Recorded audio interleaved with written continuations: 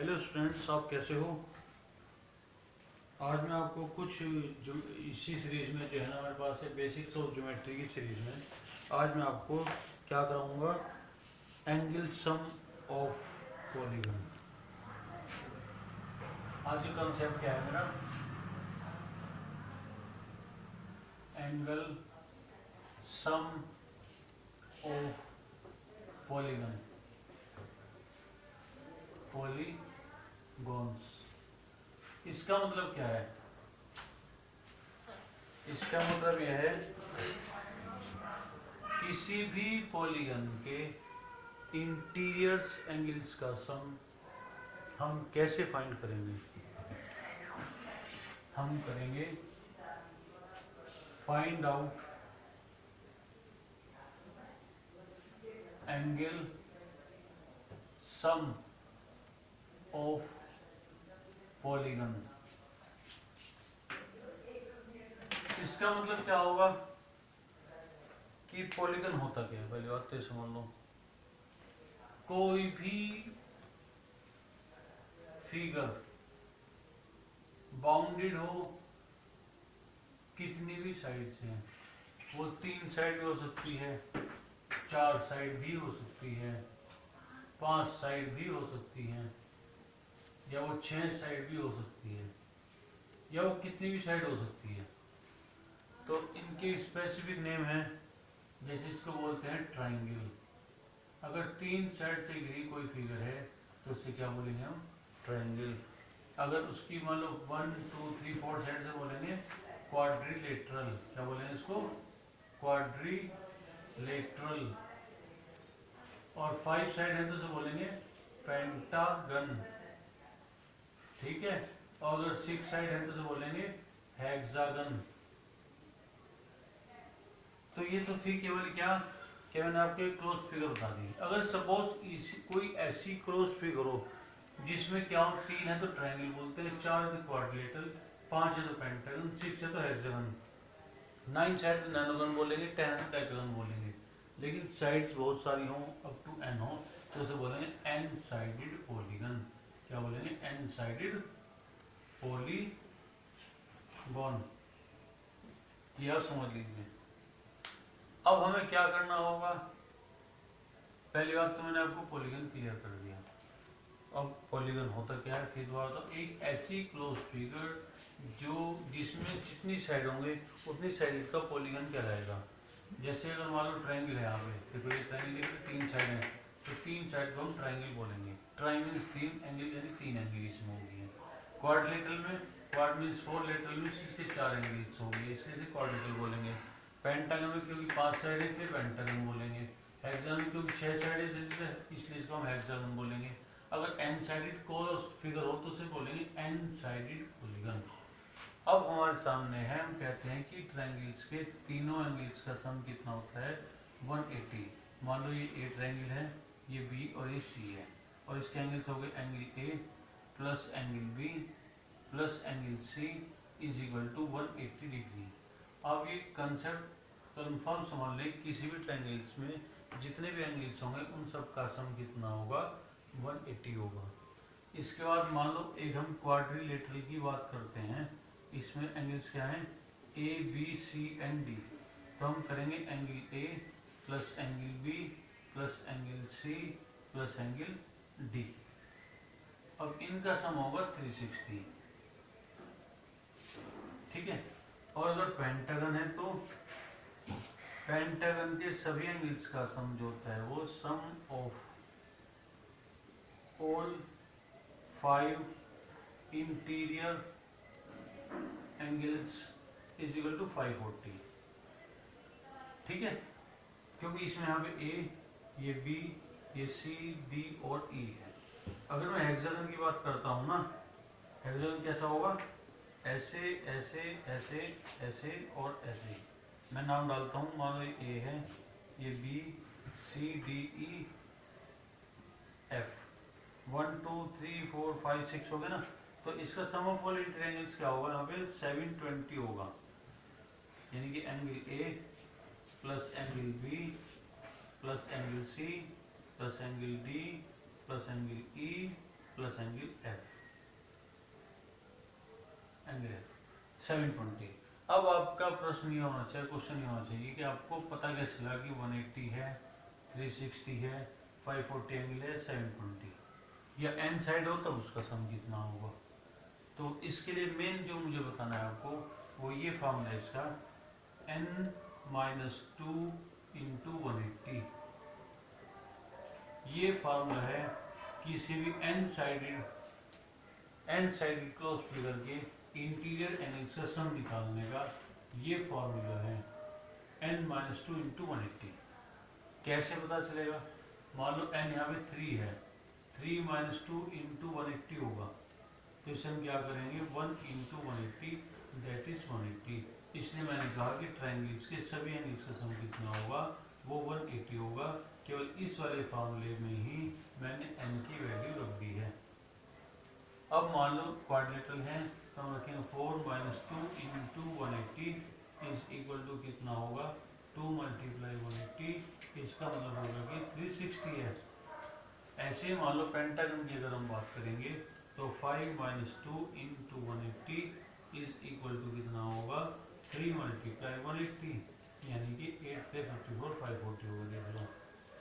ऐसे ही अगर हम 6 रखेंगे 6 minus 2 into 180 is equal to कितना होगा 4 इंटू 180, जो क्या बन जाएगा 720। अगर हम 7 साइडेड पॉलीगन है तो हम 7 माइनस 2 इंटू 180 करेंगे, इसका मतलब क्या होगा 5 मल्टीप्लाई 180, अगर हम मल्टीप्लाई करते हैं तो 900 होगा। तो ऐसे हम किसी भी n साइडेड पॉलीगन के इंटीरियर एंगल्स का सम निकाल लेंगे। इसमें जो था find out the sum of polygon, तो इसलिए फॉर्मूला n माइनस 2 इंटू 180 का फॉर्मूला अप्लाई करते ही n इक्वल टू 3 4 5 ऐसे हम कितने भी रख लेंगे। मान लो डेकागन के लिए हम निकालना चाह रहे हैं, डेका में कितनी साइड होंगी 10 साइड होंगी, माइनस 2 इंटू 180, ठीक। तो हम क्या कर देंगे 8 मल्टीप्लाई बाई 180, इसका नाम क्या होगा 80 8 8 64, 8 6 क्या 14 1440 आएगा इसका एंगल्स का सम, किसका डेकागन के लिए। क्लियर हो गया। तो इस तरह से हम क्या करेंगे सभी एंगल्स का सम हम निकाल लेंगे। 7 मिनट हुए ना। अब इसके बाद मैं आपको समझाऊंगा कि सर्कल की डेफिनेशन क्या है। तीनों सवाल काम आएगा आपके, इतना क्लियर है ना।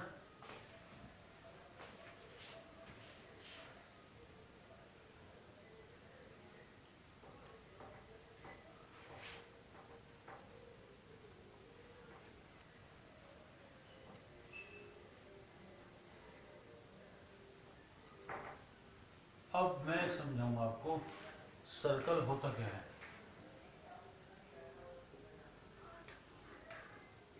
सर्कल क्या होता है, किससे कहते हैं सर्कल, और एक होता है स्फीयर।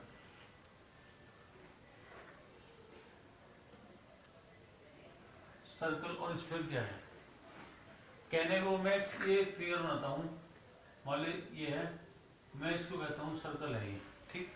आप कहूँगा ठीक है। फिर मैं कहता हूँ कि मैं एक स्फीयर बनाता हूँ, वो भी स्फीयर इस तरह से ही है, तो मैं स्फीयर कह दूँ मैं। तो जब दोनों फिगर सेम है फिर हम कैसे पता लगाएंगे कौन सा इसमें सर्कल है कौन सा स्फीयर है। पहली बात तो ये है, तो आपको इसकी डेफिनेशन पता होनी चाहिए। वो कैसे पता होगी, कहने को हमने यहाँ पे बना लिया कि सर्कल या स्फीयर, हम बोल रहे ठीक है अच्छी बात है, लेकिन हम कैसे डिफाइन करेंगे कि ये सर्कल है और एक है, ये छोटा बड़ा एक और मान लो सेम सेम होती फिर क्या करोगे। तो इसके लिए इसका आंसर ये आएगा कि हमेशा एक ध्यान रखना, एक स्फीयर से इनफाइनाइट सर्कल्स बन सकते हैं। एक स्फीयर से इनफाइनाइट मीन्स अपरिमित, मीन्स इतने सारे सर्कल बन सकते हैं कि आप सोच नहीं सकते, गिनती खत्म हो जाएगी।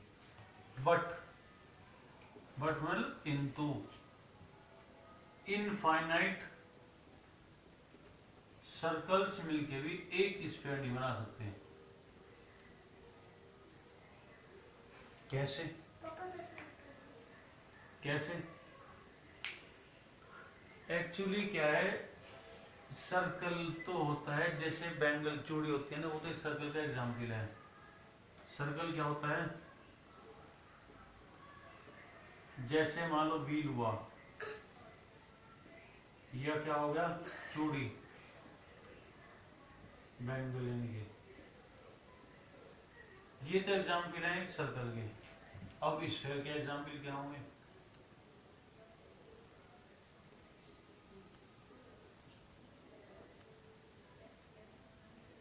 स्फीयर के क्या होंगे, स्फीयर के एग्जाम्पल जैसे कि बॉल, फुटबॉल एटसेट्रा, ये इसके वो हैं। अब आप क्या कर सकते हो, सर्कल का एग्जाम्पल हो गया, स्फीयर का हो गया। अब सबसे बड़ा मेन डिफरेंस जो है ना, वो सर्कल में क्या है कि सर्कल में हमेशा एरिया निकलता है। सर्कल क्या निकलता है, एरिया। और स्फीयर में हमेशा क्या निकलेगा, वॉल्यूम निकलता है। एरिया हमेशा 2D यानी 2 डायमेंशनल होता है, और वॉल्यूम हमेशा 3D मीन्स 3 डायमेंशनल होता है। इसका यूनिट स्क्वायर होगा, जबकि इसका यूनिट क्या होगा, क्यूब होगा। क्या होगा इसका यूनिट, क्यूब। ये डिफरेंस तो होगा सर्कल में और उसमें।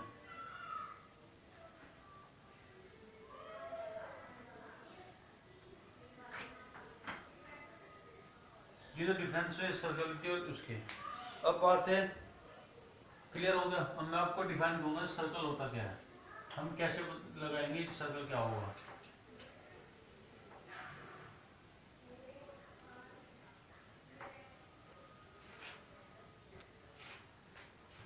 एक्चुअली सर्कल क्या है, locus of a point which is always equal distance, which is equal distance through the fixed point.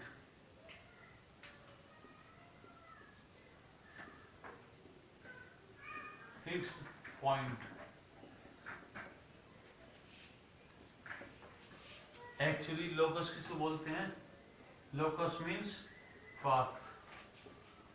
Path का मतलब क्या होता है, जैसे कि वे यानी रास्ता, किसी पॉइंट का पाथ जो हमेशा एक फिक्स पॉइंट से इक्वल डिस्टेंस पे होता है, तो जो पाथ बनेगा वो उस पॉइंट का सर्कल कहलाएगा। जैसे मान लो ये एक फिक्स पॉइंट है, ठीक है, एक फिक्स पॉइंट है, और इससे इक्वल डिस्टेंस पे ये कोई पी पॉइंट की वो है, क्या है ये, लोकस। अब ये पी पॉइंट मान लो यहाँ पे आया, फिर यहाँ पे होगा, फिर यहाँ पे होगा, फिर यहाँ पे होगा, फिर यहाँ पे, यहाँ पे, तो जो इसका लोकस बन के आएगा ना, locus means path of the given circle, तो ये इसका क्या कहलाएगा। मान लो P1 पोजीशन है, ये पॉइंट P2 हो गया, ये P3 है, ये P4 है, ये P5 है, और ये P6 है मान लो। ऐसे अलग अलग डिफरेंट पोजीशन ऑफ पॉइंट यानी P है, तो जो पाथ बना है सर्कल कहलाएगा। क्लियर हो गया। अब इसके बाद जो फिक्स पॉइंट है ना, इस सर्कल के लिए उस फिक्स पॉइंट को हम क्या बोलेंगे, सेंटर। क्या बोलेंगे इसको, centre of the given circle. इसको हम O से डिनोट करेंगे। ये फिक्स पॉइंट क्या है, O हो गया। और O से P1, O से P2, O से P3, O से P4, O से P5, O से P6, ये डिस्टेंस क्योंकि इक्वल निकलेगा सारा, तो ये सब इसकी रेडियस कहलाएंगे। क्या कहलाएंगे, रेडियस। ठीक है। और अगर हम कोई लाइन ऐसी ड्रॉ कर दे जो P1 से लेके मान लो सेंटर से होती हुई यहाँ तक जा रही है, मान लो ये A है और ये B है, ए बी। अब A और B क्या होगी, is a line passes through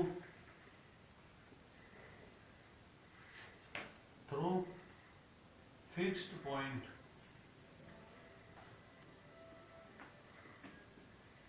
जिसे हमने क्या बोला, सेंटर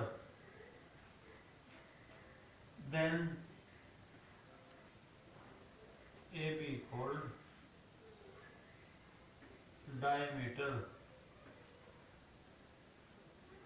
तो क्या कहलाएगी, ए बी इसकी डायमीटर कहलाएगी। और डायमीटर कितना होगा, diameter is equal to double of radius. ये एक पहला फार्मूला है। अगर हमें किसी सर्कल की रेडियस पता है तो हम उसकी डायमीटर निकाल लेंगे। फिर इसके बाद है इसका सरकमफ्रेंस। सरकमफ्रेंस क्या होता है, इसका फार्मूला 2 पाई आर होता है। व्हाट इज पाई, पाई की वैल्यू 22/7 होती है। और एरिया ऑफ सर्कल कितना होगा, is equal to pi R square होगा, या circumference is equal to pi into d4 diameter होगा। तो ये इसके सर्कल के मैंने फार्मूले बताए हैं जो बहुत ज़्यादा यूज होते हैं। तो आज की वीडियो में बस मैंने ये रखा है सर्कल की definition, difference between circle and sphere, what is circle and what is sphere. आज मैंने आपको ये बताया। उम्मीद करता हूँ आपकी समझ में भी आया होगा। फिर वही बात, अगर आप नए कोई यहाँ पे देखने वाले व्यूअर्स आए हैं, उन्हें अगर अच्छी लगी है तो लाइक करें, सब्सक्राइब करें एंड शेयर जरूर करें, ताकि वीडियो में निकलने वाला ज्ञान वो सब तक पहुंच सके। क्योंकि ज्ञान पे सभी का हक है, कोई एक व्यक्ति विशेष का हक नहीं है। इसी कारण मैं वीडियो तैयार कर रहा हूँ। तो थैंक यू स्टूडेंट्स, आज के लिए इतना ही काफ़ी। कल मैं आपको आगे बताऊँगा नेक्स्ट वीडियो में, आपको इससे ज़्यादा नई रोचक दिलचस्प ज्ञान मिलेगा। ठीक है, थैंक यू।